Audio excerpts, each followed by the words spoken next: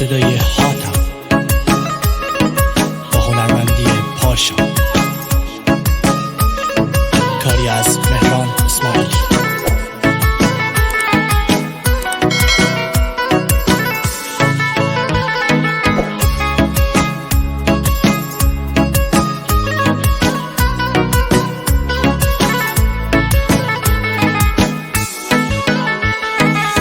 هر جاشونه مره با دست اشاره کنه،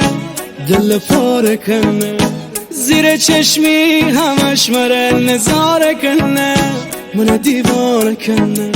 یارم زندگی را تنها اداره کنه، من دیوانه کنه، اعتماد منه میدل کاره کنه، دل پاره کنه، دل بری مبتلا سر درد و بلا بخاره میدله به تو من مبتلا، دل بری مبتلا سر درد و بلا بخاره میدله یا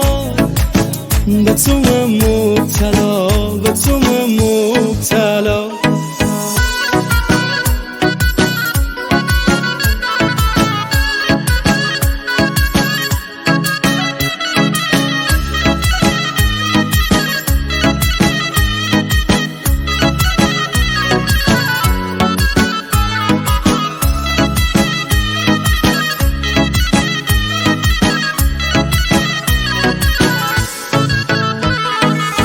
ضربان قلب فقط مسینه زنه،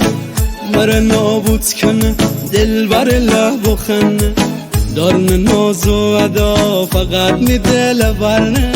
دست کوتر دمه فقط بدون شنه، دست کوتر دمه فقط بدون شنه، دل بری مبتلا سر درد و بلا بخاره می دله به تو من مبتلا، دل بری مبتلا سر درد و بلا بخاره می دله یا به تو من مبتلا، به تو من مبتلا.